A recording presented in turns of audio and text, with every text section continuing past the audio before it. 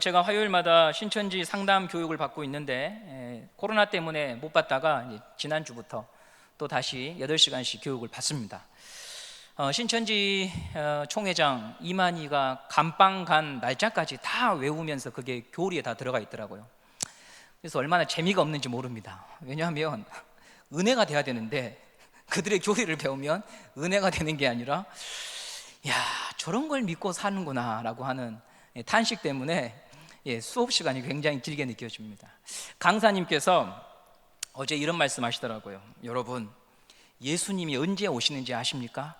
제가 알려드리겠습니다 라고 말씀하시는 거예요. 예수님이 언제 오시는가? 예수님이 오실 때는 사람들이 각자 일에 바쁘고 주님을 생각하지 못할 때 오시는데 그날이 언제냐?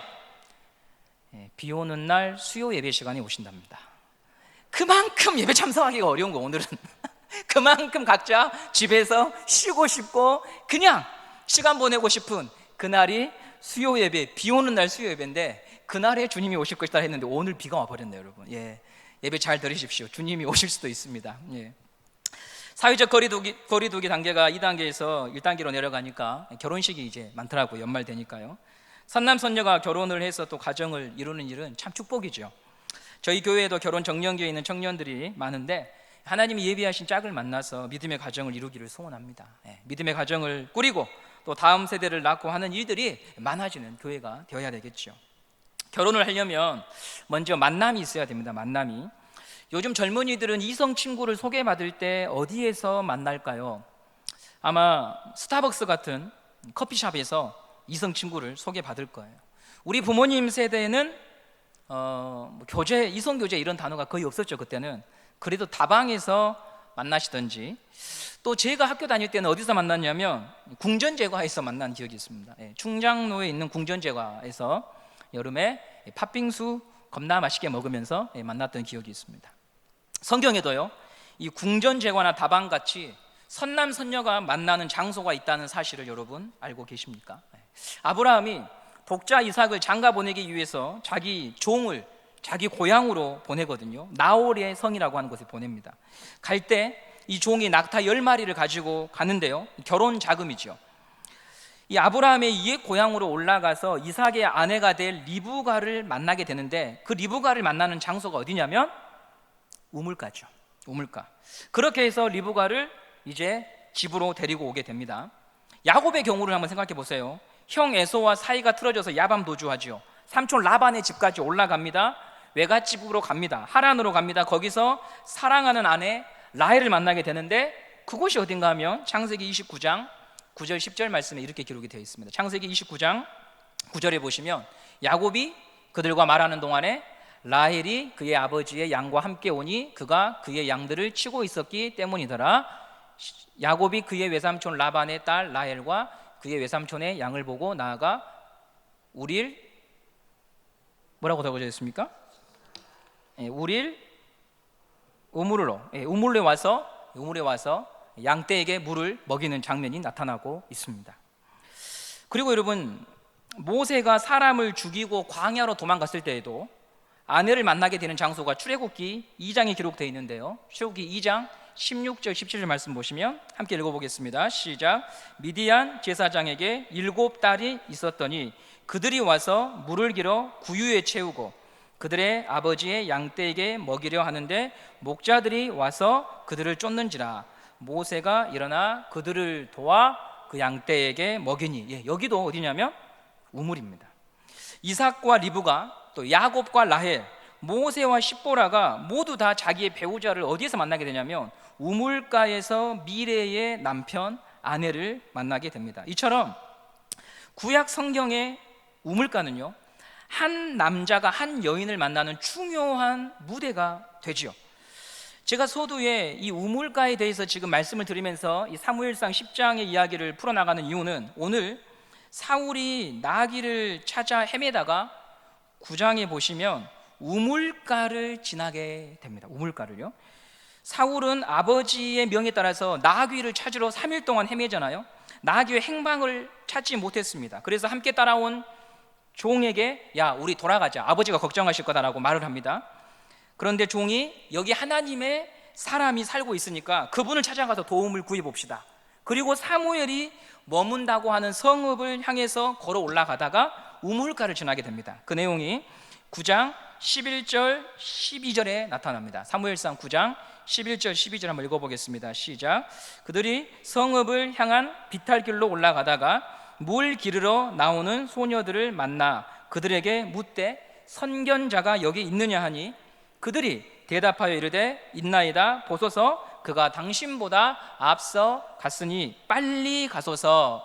백성이 오늘 산당에서 제사를 드리므로 그가 오늘 성읍에 들어오셨나이다. 우물가의 여인들을 만나게 되죠. 그리고 그 여인들에게 사무엘에 대해서 묻습니다. 그러자 여인들은 사무엘이 방금 지나갔으니 빨리 가면 만날 수 있을 것이라고 알려줍니다. 지금 사울이 사무엘을 찾아가는 과정인데 이 과정에 성경 저자는 우물에 대한 이야기를 기록해 놓고 있습니다. 학자들은요, 왜 굳이 우물가에서 만난 사건을 본문에 기록하고 있을까에 대해서 이렇게 해석을 합니다. 구약시대 고대 근동에서 우물이 한 사람과 한 사람의 인격적인 결합을 통해 가정을 이루는 무대로 사용된 것처럼 앞으로 사울과 사무엘이 어떤 관계가 되어야 할 것인가를 미리 보여주고 있는 하나의 사건이라고 하는 것이죠. 사울은 왕입니다. 사무엘은 말씀을 전하는 선지자입니다. 왕은 선지자를 곁에 두도록 되어 있어요.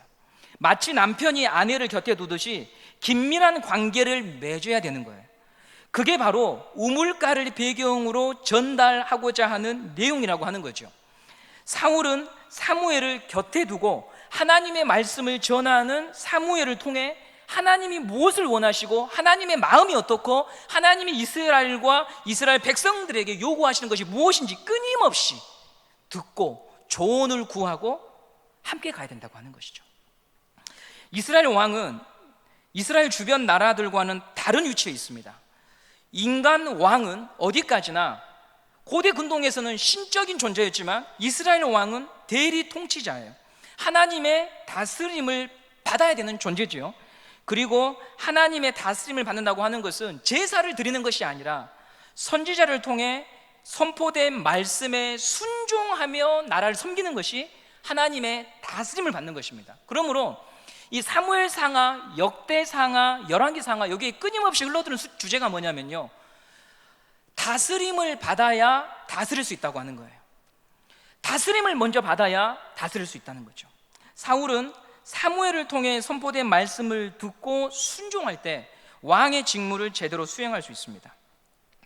사울과 사무엘의 이상적인 관계는 앞서 말씀드렸듯이 아내를 옆에 두듯이 남편이 선지자인 사무엘을 옆에 두고, 즉 말씀을 곁에 두고 그 말에 귀를 기울여야 왕직을 수행할 수 있다는 거죠. 이런 의미를 알려주기 위해서 우물가가 배경으로 등장하고 있습니다. 그런데 사울은 왕으로 기름 부음을 받은 후에 하나님의 다스림을 받는 일에서 계속해서 실패해요. 그리고 이것이 사울의 인생을 벼랑 끝으로 몰고 가는 근본적인 이유가 됩니다. 하나 우리가 주목할 것은요, 사울이 기름 부음을 받고 나라를 12지파에서 왕정 국가로 세워가는데요, 외적으로 군대가 조직되고 정부의 힘이 실리고 체제가 정비되면서 그의 영향력이 확장됩니다. 우리도 이방 나라들처럼 우리 왕을 달라는 요구가 실현됩니다. 그런데 외적으로는 성과가 있지만 사울과 하나님의 관계는 점점 멀어져 갑니다. 내적으로는 금이 가고 균열이 생깁니다. 그리고 결국 폐위당하죠. 한 가지 알 수 있는 것은 내가 욕망하고 원하는 일들이 이루어진다고 해서 그것이 하나님 앞에 바로 살고 있다고 하는 의미가 될 수 없다는 거죠. 사울은 아말렉과의 전쟁에서 승리합니다. 자기 수하에 있는 장수들은 사울의 말에 철저하게 복종합니다. 왕국의 기틀이 잡혀져 갑니다. 하나님을 거역함에도 불구하고 외적으로 사역의 열매가 있습니다. 그런데 하나님과의 관계는 점점 멀어지고 영적으로 끊임없이 붕괴합니다. 그러므로 우리는 외적인 사역의 확장과 주목받는 것과 사람들에게 인정받는 것이 그가 하나님 앞에서 누구인가를 말해주는 증표는 아니라는 거죠. 다윗을 보면 더 확실해요. 다윗은 안팎으로 시련과 어려움이 계속돼요. 삶이 찌그러집니다. 환란이 계속 찾아옵니다. 기름 부음을 받았는데요, 하나님 믿는 사람이 왜 저런 어려움을 당할까? 그런 말이 수없이 들렸던 인생이 다윗입니다. 그런데 내적으로 보면 하나님과 가장 깊은 관계로 들어가는 인물이 다윗입니다. 아버지 품에 꼭 안긴 아기처럼 다윗은 하나님의 품에 안겨서 이 환란이 지나가기를 기도하며 인내함으로 버팁니다. 이런 고난을 통해 다윗은 자기 평생에 무엇을 의지해야 되는가를 배우고 아는 사람이 되지요. 우리는 오늘 본문을 통해서 우리가 무엇을 의지해야 되는 사람인가, 거기에 대해서 한번 깊이 생각해 보는 시간을 갖기를 원합니다. 이스라엘 왕 사울이 오늘 사무엘 선지자를 통해 하나님께 기름 부음을 받는데요, 우리 10장 1절 말씀 함께 읽어보도록 하겠습니다. 10장 1절입니다. 시작. 이에 사무엘이 기름병을 가져다가 사울의 머리에 붓고 입맞추며 이르되 여호와께서 내게 기름을 부으사 그의 기업의 지도자로 삼지 아니하셨느냐. 기름을 붓습니다. 기름 붓는 의식은요, 기름을 부음 받은 자는 기름 붓는 자에게 충성을 맹세하는 의식이에요. 사울이 하나님께 기름 부음 받았다고 하는 말은 하나님께 평생도록 충성하고 하나님의 명령에 순종하는 왕이 되어야 된다는 서약이죠. 하나님 나라를 위해 왕으로 세워진 것임을 알고 하나님의 율법과 계명에 누구보다 순종하는 자로 서야 되는 것이 기름 부음을 받는 이 의식 속에 숨겨진 의미입니다. 오늘 사울이 사무엘에게 기름 부음을 받고 사무엘이 세 가지 예언을 합니다. 너한테 이제 오늘 세 가지 사건이 일어날 것이다. 그 세 가지 사건 모두가 의미가 있는데요, 첫 번째 사건이 2절에 나타납니다. 우리 본문 10장 2절 말씀을 함께 읽어보도록 하겠습니다. 시작. 내가 오늘 나를 떠나가다가 베냐민 경계 셀사에 있는 라헬의 묘실 곁에서 두 사람을 만나리니 그들이 너게 이르기를 내가 찾으러 갔던 암나기들을 찾은지라. 내 아버지가 암나기들의 염려는 놓았으나 너희로 말미암아 걱정하여 이르되 내 아들을 위하여 어찌하리요 하더라 할 것이요. 두 사람을 만나게 될 것인데 아버지가 암나기 찾았다. 근데 지금은 너 걱정을 하고 있다. 아버지가 너의 걱정을 하고 있다 라고 하는 사람들을 만나게 될 것을 지금 사무엘이 예언하고 있습니다. 여기서 오늘 본문의 10장에 기록된 세 가지 사건에 대해서는 학자들마다 참 견해가 많이 다르더라고요. 그런데 제가 이 첫 번째 사건에서 주목해서 보는 게 뭐냐면, 왜 하필 오늘 이 첫 번째 사건이 일어나는 장소가 어디냐면 라헬의 묘지가 있는 곳에서 이 일이 일어납니다. 라헬의 묘지가 있는 곳. 여러분, 라헬이 누구인가를 한번 생각해 보십시오. 라헬은요, 야곱이 사랑했던 아내입니다. 그런데 일찍 죽습니다. 야곱은요, 자기가 사랑했던 모든 것들을요 다 일찍 빼앗깁니다. 이 라헬이 어떻게 죽냐면 마지막 아들인 베냐민을 출산하다가 죽어요. 그래서 이 베냐민이라고 하는 이름의 뜻이 슬픔의 아들, 슬픔의 자식이라고 하는 의미를 가지고 있습니다. 베냐민은 이후 베냐민 지파의 선조가 되죠. 야곱의 12아들이 모두 지파의 선조가 되잖아요. 사울이 지금 베냐민 지파입니다. 사울이 지금 베냐민 지파예요. 사울은 지금 어디에 와 있냐면, 그러면 자기 선조의 무덤 앞에 와 있는 거예요. 당시 베냐민 지파는 숨기고 싶은 상처를 안고 있었어요. 몇 차례 설명을 드렸듯이 베냐민 지파의 건달들이 레위 지파의 첩을, 레위인의 첩을 욕보이고 이 때문에 다른 지파와 전쟁이 벌어져서 전멸하다시피 한 사건이 사사기에 기록되어 있잖아요. 그러므로 이스라엘의 첫 왕을 세운다고 할 때예요, 베냐민 지파는 왕을 배출하기에는 꺼림칙한 지파입니다. 첫 왕을 세우기에는 배제되어야 될 지파가 베냐민 지파예요. 그런데 하나님께서는 사울을 왕으로 부르셔서 기름을 붓습니다. 그렇다면 오늘 하나님이 라헬의 묘지를 무대로 삼아서 사울에게 이런 말씀을 하고 계신 것 같아요. 부름받을 수 없는 자가 부름받아 왕이 되었다는 것을 잊지 말아라. 너의 근원이 어디이고 너의 시초가 어디인가를 잊지 말아라. 너가 여기 있는 것이 너 자신에게 근거가 있지 않고 나의 부름과 나의 선택에 있다고 하는 것을 너가 잊지 말고 이 왕직을 수행해라. 이것을 하나님이 가르쳐주고 계신 것 같아요. 두 번째 일어날 사건이요, 오늘 본문 3절에 기록되어 있는데요, 우리 3절 말씀 함께 읽어보도록 하겠습니다. 시작. 내가 거기서 더 나아가서 다볼 상수리 나무에 이르면 거기서 하나님을 배우려고 베들로 올라가는 세 사람을 만나리니 한 사람은 염소 새끼 셋을 이끌었고 한 사람은 떡 세 덩이를 가졌고 한 사람은 포도주 한 가죽 부대를 가진 자라. 세 사람이 베델에 예배드리러 제사드리러 올라갑니다. 떡 세 덩어리와 염소 세 마리 그리고 포도주를 가지고 올라가고 있습니다. 그런데 떡 세 덩어리 중에 두 덩어리를 사울에게 준다는 것이죠. 떡 덩어리를 준다고 하는 의미가 무엇일까요? 나중에 후에 공식 석상에서 사울이 왕으로 등극할 때요, 이스라엘의 왕이 세워지는 것을 축하하는 의미에서 사람들이 예물을 갖다 바칩니다. 예물을. 아마도 지금 이 장면은 앞으로 곧 있을 왕의 세워진 이 등극식을 미리 보여주는, 미리 경험토록 하는 사건인 것 같습니다. 너가 반드시 왕이 된다고 하는 것이죠. 세 번째로 일어날 일이 5절부터 나타납니다. 5절 말씀 한번 읽어보도록 하겠습니다. 시작. 그 후에 내가 하나님의 산에 이르리니 그곳에는 블레셋 사람들의 영문이 있느니라. 내가 그리로 가서 그 성읍으로 들어갈 때에 선지자의 무리가 산당에서부터 비파와 소고와 저와 수금을 앞세우고 예언하며 내려오는 것을 만날 것이요. 6절입니다. 내게는 여호와의 영이 크게 임하리니 너도 그들과 함께 예언을 하고 변하여 새 사람이 되리라. 세 번째 사건은 사무엘이 그때예요, 선지자 학교를 운영하고 있다고 학자들은 봅니다.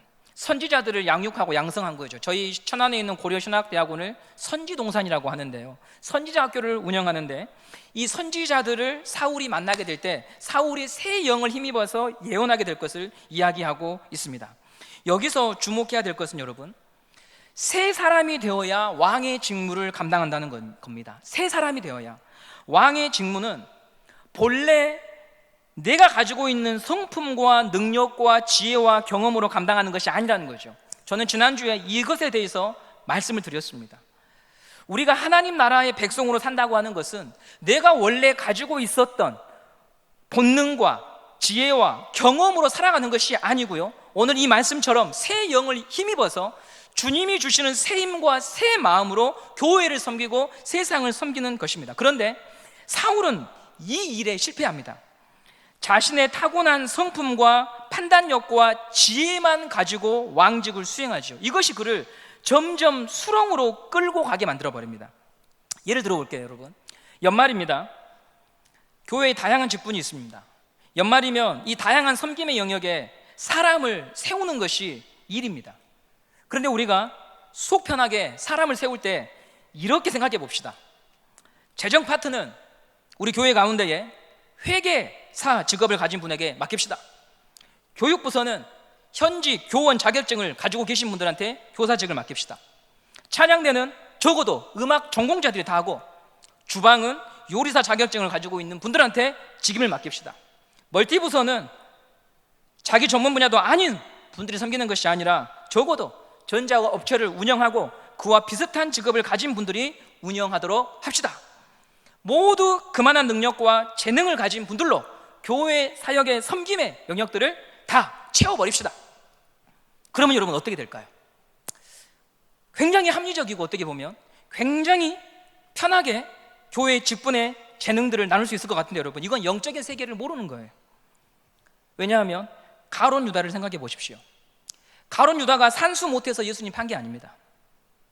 산수만 너무 잘해서 예수님을 팔았습니다. 돈에 대해서 누구보다 계산이 빨라서 헌금 훔쳤습니다. 나의 재능과 실력을 믿고 만들어가는 나라는 나의 왕국이지 하나님의 나라가 아니라는 것이죠.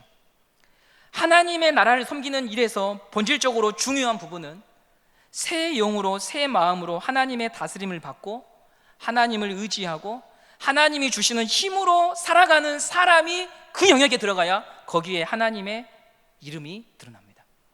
베드로전서 4장 11절에 베드로가 이런 말을 합니다. 베드로전서 4장 11절입니다. 한번 읽어보겠습니다. 시작. 만일 누가 말하려면 하나님의 말씀을 하는 것 같이 하고 누가 봉사하려면 하나님이 공급하시는 힘으로 하는 것 같이 하라. 이는 범사에 예수 그리스도로 말미암아 하나님이 영광을 받으시게 하려 함이니 그에게 영광과 권능이 세세에 무궁하도록 있느니라. 아멘. 이 구절은 베드로가 자기에게 맡은 바 직분을 어떤 원리를 가지고 섬겨야 되는가, 어떻게 살아가야 하는가를 말씀해 주고 있습니다.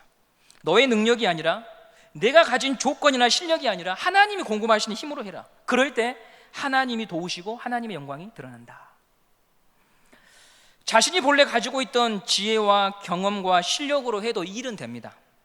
실력이 있으니까요. 잘 아니까요. 그런데 여러분, 한 가지 일을 피해갈 수 없습니다. 자기 과시와 자기 증명의 욕구에 사로잡혀서 엉뚱한 곳으로 갑니다. 결국 자기 의의 무대가 됩니다. 좀 전에 언급했듯이 사울이 왕정 국가를 세워가지요. 기반을 잡습니다. 전쟁에서 승리합니다. 신하들이, 장수들이 사울을 두려워하고요, 그 말에 복종합니다. 그런데 이 모든 일이 누구를 위한 일이 되냐면 자기를 위한 일이 됩니다. 왜냐? 내가 이런 사람이고 나의 실력과 나의 열정이 이 정도라고 하는 것을 보여주는데 그가 혈안이 되어버립니다.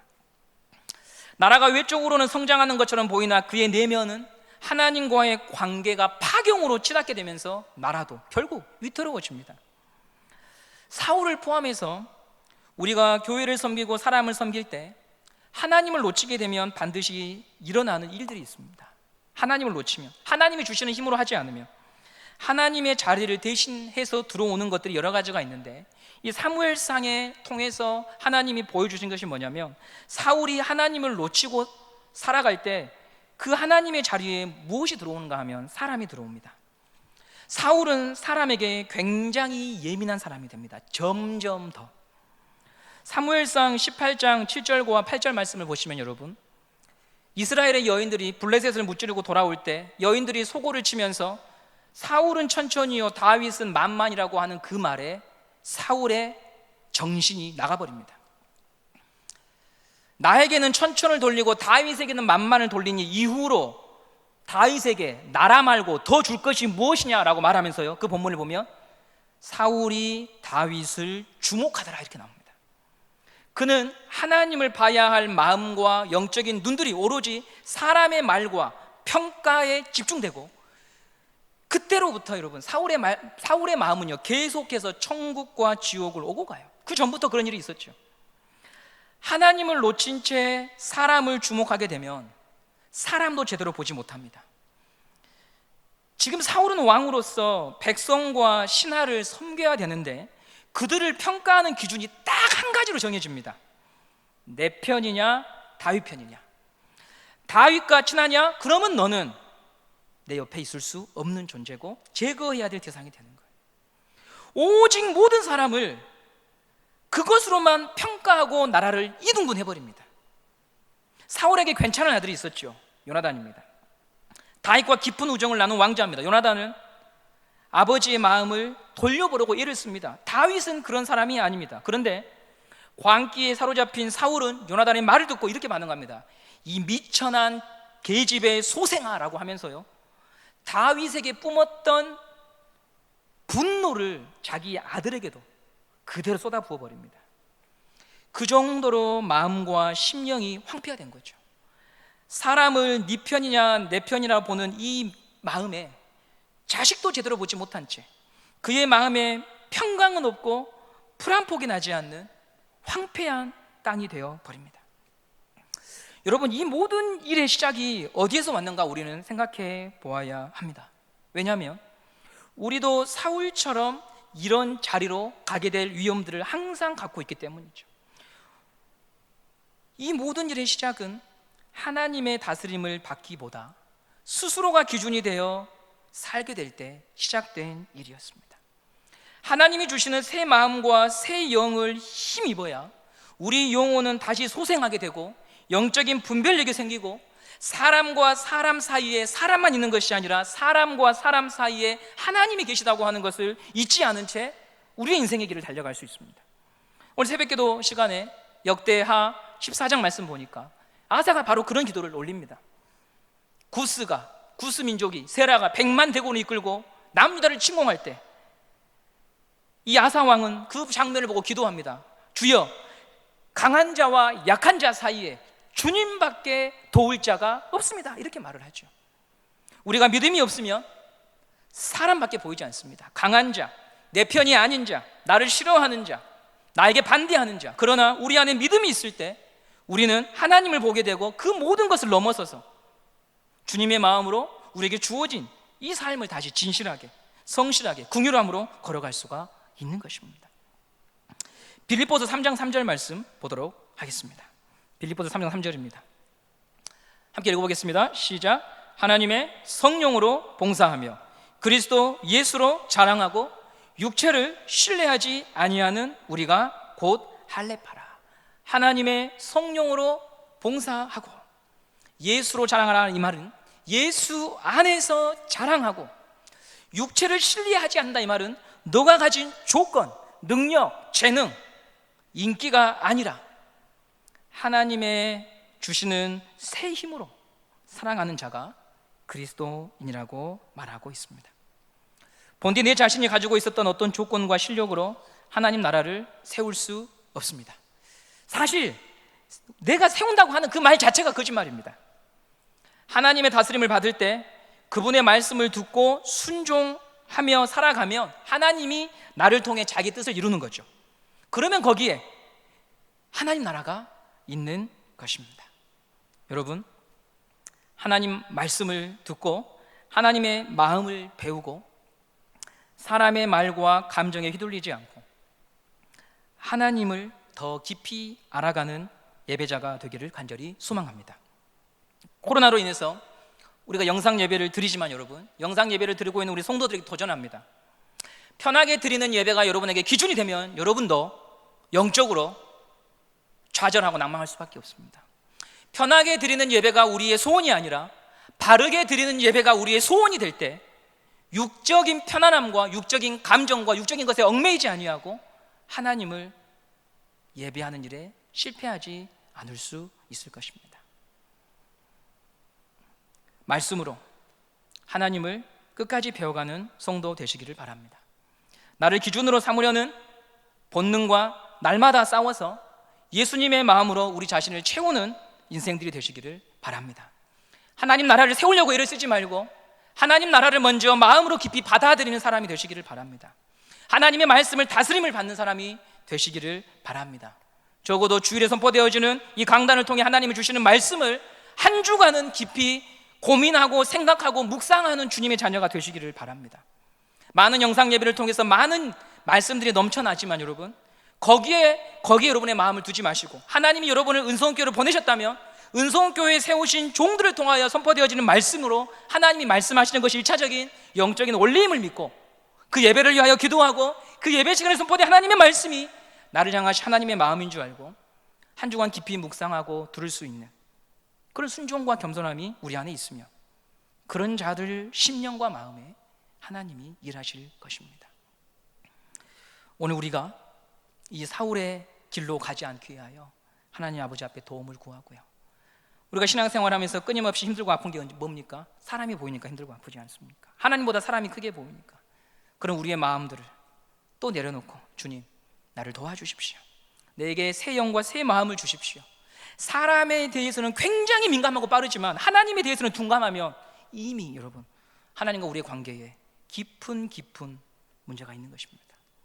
하나님의 말씀에 민감하여 그분의 말씀을 통하여 우리가 바로 서고 또 배우고 그분을 하여 기뻐하는 영적인 회복들이 우리 안에 있기를 간절히 소망합니다.